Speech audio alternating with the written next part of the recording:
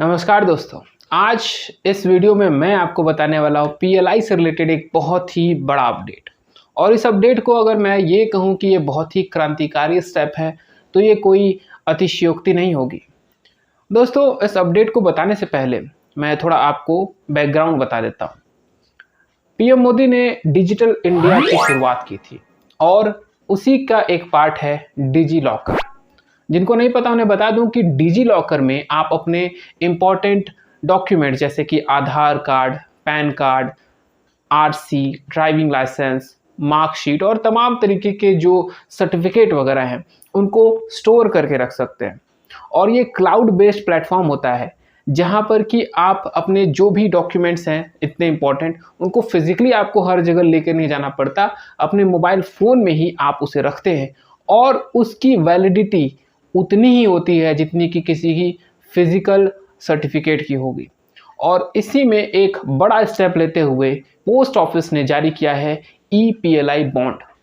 क्या है ई-पीएलआई बॉन्ड, क्या होंगे इसके बेनिफिट, वो हम जानेंगे इस वीडियो में।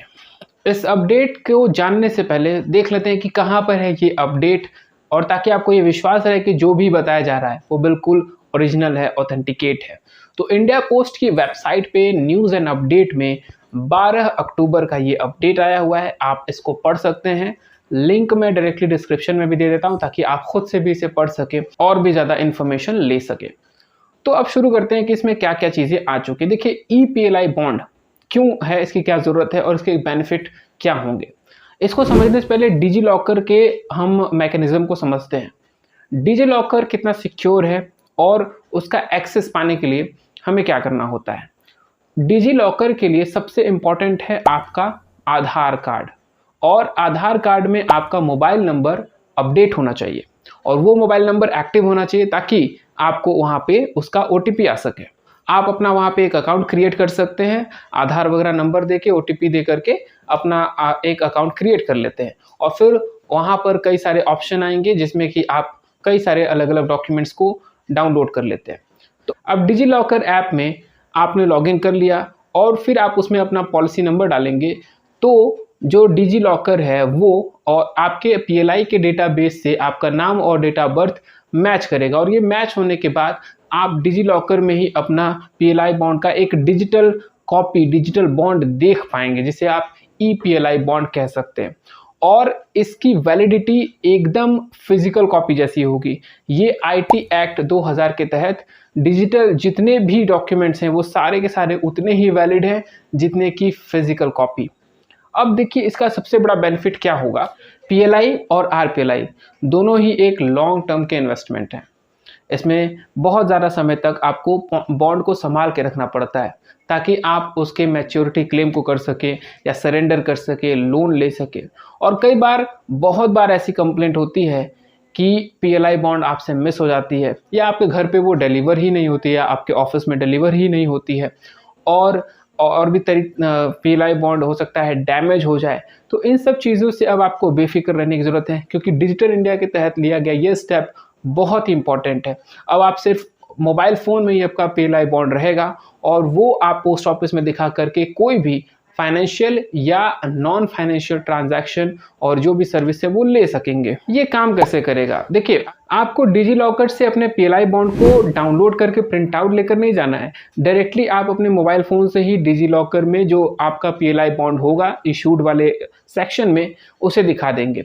अब इसमें दो चीज़ें इंपॉर्टेंट होंगी, एक होगा आपका डिजिटल सिग्नेचर और दूसरा होगा क्यूआर कोड। ई-पीएलआई बॉन्ड को दिखाएंगे पोस्ट ऑफिस में तो वहाँ के एम्प्लॉय आपका क्यूआर कोड स्कैन करेंगे और उसकी मदद से उन्हें सारा डेटा ऑटोमेटिक उनके सिस्टम पे मिल जाएगा, उनको मैन्युअली उसको फीड नहीं करना पड़ेगा।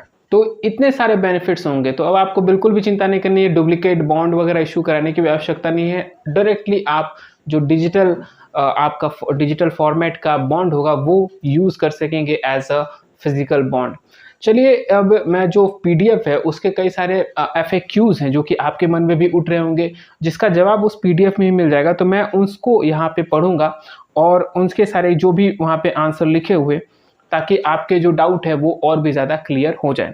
तो सबसे पहला यहाँ पे क्वेश्चन है कि कौन से लोग पीएलआई बॉन्ड को डाउनलोड कर सकते हैं। तो जितने भी एग्जिस्टिंग PLI होल्डर्स हैं, RPLI भी, दोनों ही वो लोग इसको ले सकते हैं डिजी लॉकर ऐप के थ्रू।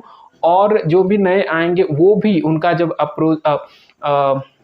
जब ये अप्रूवल हो जाएगा तो डायरेक्टली वो अपना डिजिटल बॉन्ड देख सकेंगे। उनके घर फिजिकल बॉन्ड भले ही बाद में डिलीवर हो, पहले ही वो अपना डिजिटल बॉन्ड देख पाएंगे। दूसरा क्वेश्चन यहाँ पे ये है कि अगर मेरी जो पॉलिसी है वो 1990 या उससे पहले की, तो भी क्या मैं इतनी पुरानी पॉलिसी का भी बॉन्ड देख सकता हूँ? तो इसका आंसर है जी हाँ, बिल्कुल यस। और यहाँ पे लिखा है कि क्या ये जो पॉलिसी बॉन्ड है वो डिजिटल फॉर्मेट में होगा? तो इसका भी आंसर है यस। अगला क्वेश्चन है कि ये क्या ओरिजिनल बॉन्ड की स्कैन्ड कॉपी होगी? तो नहीं, ऐसा नहीं है, ये आपका डिजिटल फॉर्मेट में एक डॉक्यूमेंट होगा। अगला क्वेश्चन है कि अगर आपके पास एक से ज़्यादा पॉलिसीज़ हैं तो क्या होगा? तो आप सबको डाउनलोड कर सकते हैं, चाहे आपके पास कोई भी पॉलिसी हो, PLI की, संतोष पॉलिसी हो, सुरक्षा हो, कोई भी हो, आप सभी के डॉक्यूमेंट्स को वहाँ पर डाउनलोड कर सकते हैं। अगला क्वेश्चन है कि क्या PLI के साथ साथ RPLI के भी हम डॉक्यूमेंट्स रख पाएंगे, बॉन्ड रख पाएंगे? तो इसका भी आंसर है जी हाँ, बिल्कुल। क्या मुझे डिजी लॉकर का जो हमने डॉक्यूमेंट जमा किया उसका प्रिंट आउट लेना है? तो ऐसा बिल्कुल भी नहीं है, प्रिंट आउट नहीं लेकर जाना है, जैसा कि मैंने आपको शुरू में भी बताया था।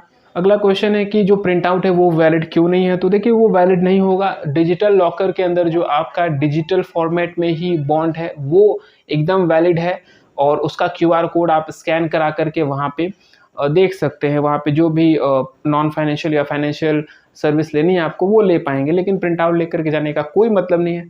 तो बिल्कुल पेपर लेस यहाँ पे काम हो चुका है, पेपर आपको जो है वेस्ट करने की कोई ज़रूरत नहीं है। चलिए आगे चलते हैं कि अगर मेरी जो फिजिकल कॉपी, ये बहुत इंपॉर्टेंट है, कि अगर मेरी फिजिकल कॉपी लॉस्ट हो जाती है, खो जाती है, तो क्या डिजिटल कॉपी वैलिड होगी? और यहाँ पे इसका आंसर लिखा है यस। ये सबसे इंपॉर्टेंट है, क्योंकि बहुत से लोग के PLI बॉन्ड खो जाते हैं, मिस हो जाते हैं, और वो अपने क्लेम को नहीं कर पाते हैं। तो अब आप बिल्कुल उसका क्लेम कर सकते हैं। चलिए आगे चलते हैं।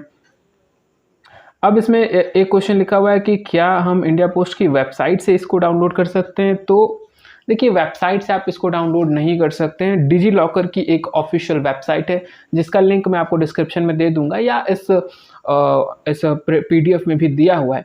और जैसे कि ऐप आप इस्तेमाल करते हैं मोबाइल से, आप वेबसाइट भी है उनकी, उससे भी आप सेम वही प्रोसेस कर सकते हैं। अगला क्वेश्चन लगभग सिमिलर है कि क्या डेस्कटॉप कंप्यूटर से भी हम ये PLI बॉन्ड ले सकते हैं? तो उसका भी आंसर लिखा है यस। और दूसरा चीज़ लिखा है कि क्या जो डिजिटल पॉलिसी होगी उसकी कोई एक्सपायरी डेट है? तो ऐसा बिल्कुल भी नहीं है। जो भी आपका PLI बॉन्ड का जो टर्म था उतना ही वो भी वैलिड होगा, जैसे इसका था वैसे सेम यहाँ पे होगा। नेक्स्ट क्वेश्चन है कि ये जो डिजिटल सिग्नेचर है वो क्या होता है? तो देखिए, डिजिटल सिग्नेचर एक इलेक्ट्रॉनिक और इनक्रिप्टेड एक तरीके का स्टैम्प है, जो कि आपके डेटा को ऑथेंटिकेट करता है। और डिजिटल सिग्नेचर ये कंफर्म करता है कि जो इन्फॉर्मेशन है वो एकदम ओरिजिनल है, और उसमें किसी भी प्रकार की कोई छेड़खानी नहीं की गई है, ऑल्टरेशन नहीं किया गया है। और डिजिटल जो सिग्नेचर है वो आपके PLI बॉन्ड, जो PLI बॉन्ड होगा, उस पे रहेगा। इसके अलावा जो QR कोड है, इसका क्या पर्पस है? तो देखिए, QR कोड यहाँ पे बहुत ही इंपॉर्टेंट रोल प्ले करेगा, क्योंकि आपके PLI बॉन्ड पे वो QR कोड होगा, जिसको ही स्कैन करके पोस्ट ऑफिस के एम्प्लॉय आपके डिटेल्स को देख पाएंगे, और आपके जो नॉन फाइनेंशियल या फाइनेंशियल ट्रांजैक्शन है या सर्विस है उसको वो दे पाएंगे वहाँ से। क्वेश्चन है कि जो QR कोड है वो उतना रीडेबल नहीं है, मतलब कि लेजिबल नहीं है, तो उसमें क्या कर सकते हैं? तो देखिए, QR कोड अगर रीडेबल नहीं है तो मतलब उसकी क्वालिटी अच्छी नहीं है, तो आपको खुद से वो थोड़े एक्शन लेने पड़ेंगे, और अगर वो अच्छे से वहाँ पे रीड हो पाएगा तभी आपका आगे ट्रांजैक्शन इसमें हो पाएगा।